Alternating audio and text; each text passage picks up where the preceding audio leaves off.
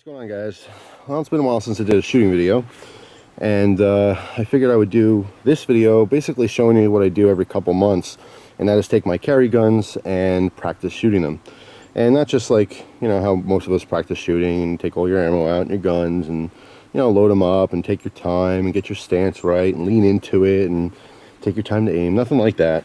This is going to be realistic training for drawing your gun. I think everyone who carries a firearm, if you have the opportunity to do this, you should. It's unfortunate because a lot of people, I could say most people who carry and shoot firearms, only get an opportunity to shoot at a range where there are range rules. And drawing from a holster and shooting is a big no-no at ranges because it poses a safety risk, obviously. But I'm on private property here, so I'm able to do this, which I feel fortunate to do, because I do think it is an important part of training, is shooting from a drawing position. You know, you can stand at a shooting range behind the little counter or whatever, or at your table, and, you know, take your time shooting. And believe me, it's great. Anytime you get to shoot your guns is good practice. But it doesn't, you know, give you that feeling of what it's going to be like if you ever had to draw your gun. So today, I'm carrying the Kel-Tec P-3AT, and this is serving two purposes. First of all, it's giving me more hands-on training, like real-life feel of what it would be like to draw and shoot this gun, as well as it's changing out my ammo. I don't like storing ammo for more than, like, you know, 6 months to a year or so. I'm sure it'd work fine for a couple of years, or who knows, maybe in many years, but it just feels better for my carry ammo to be fresh.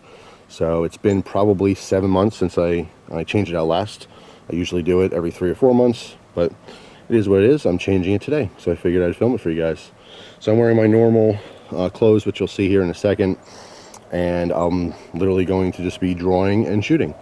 You will notice, however, when you see me, I do not have any eye or ear protection.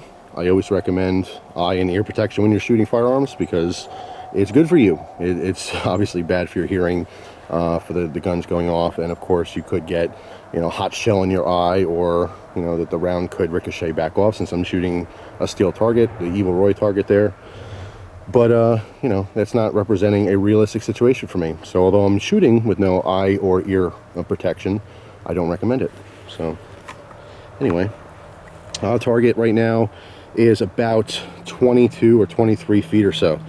All right, this is usually where I set this up. I have measured it before, but, you know, where I'm exactly standing, I don't know. So just for all intent purposes, let's just say it's about 20 feet. All right, so let's turn the camera here. Again, about 20 feet or so. Make sure I'm in frame. See, I have a winter jacket on. It is open.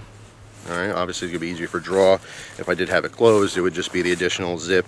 In fact, let's just do that. Let's see how long it would take zipped, because honestly, more times than not, I'll probably have my jacket zippered. It's not always gonna be convenient, okay? This jacket happens to have a mock hoodie in it, so this is how I would wear it normally. I wouldn't do the other zipper, but so I'm going to unzipper, draw the gun. Of course, I carry in condition 3, which we're not going to discuss. If you're not for carrying condition 3, that's totally fine. I don't need to hear criticism about it. Been over that a million times. So anyway, here we go. So draw. All right.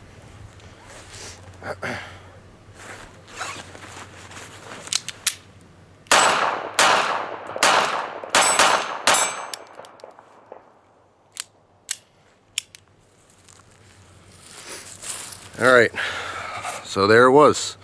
Try not to think about it too much. Try to make it a little bit more natural. How did it work out? Well, my first round hit the steel. My second round and third round, I think, missed the steel. That is about center mass, so it might have skimmed someone, but it wouldn't have been effective. The rest of the rounds, I think, were hit and miss, quite literally. So let me show you the target again. I'll do this in the future, doing more videos on, you know, practicing. What I'll do is, in the future, I will re-spray paint the head of the target so we can actually see where we hit. It's going to be a more precise testing, and I'll do that with all my carry guns.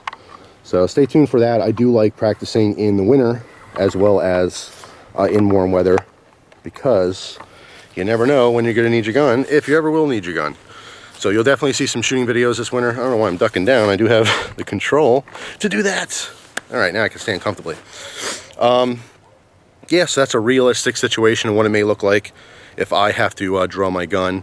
If you guys notice on the draw, there was a little bit of a hesitation on that slide.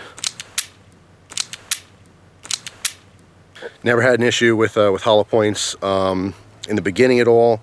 I had, I want to say maybe 2 or 3 rounds just in practicing that the hollow points had a little bit of an issue riding forward. They just got jammed up a little bit, but just like that, where it hesitated just a tiny bit, it never just stopped. The slide basically, instead of just going back and going, you know, straight forward, it would go back and it slow down a little and then go forward. So yeah, that's that. This gun is certainly not perfect. It is one of the few guns that I do carry. It is nice to see that it functions, but not flawlessly. That little bit of hesitation might make people hesitate carrying this gun. You know, in that situation, like I said, there's no prepping. This gun is dirty. This gun is extremely dirty. In fact, I could show you that. Carry this thing almost every day. Let's show clear real quick, just for the people who want to see that. This gun is filthy, dirty, pocket lint everywhere in the hammer. The design of this gun overall, I mean, having an exposed hammer here, carrying it day in and day out, all kinds of junk getting there.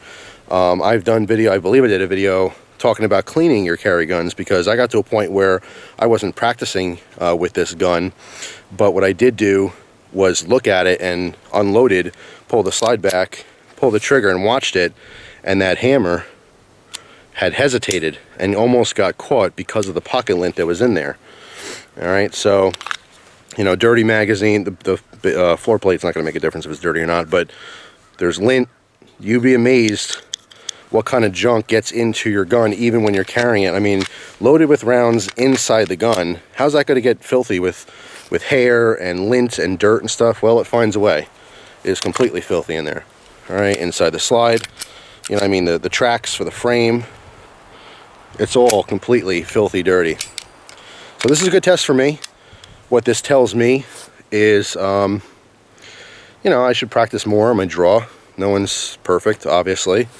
It also tells me that I should reevaluate the ammunition that I'm using in this firearm, because having a slight hiccup, basically what happened, again, is as I racked the slide back when it went forward, instead of just shooting forward, it went here for a second and then set completely forward, which obviously is not good. Okay, if that had jammed up and had been a real situation, obviously could have went extremely bad.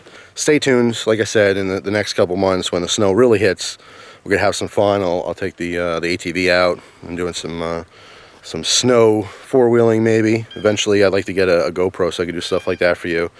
And definitely some more gun videos. Just because it's winter doesn't mean I'm going to stop shooting.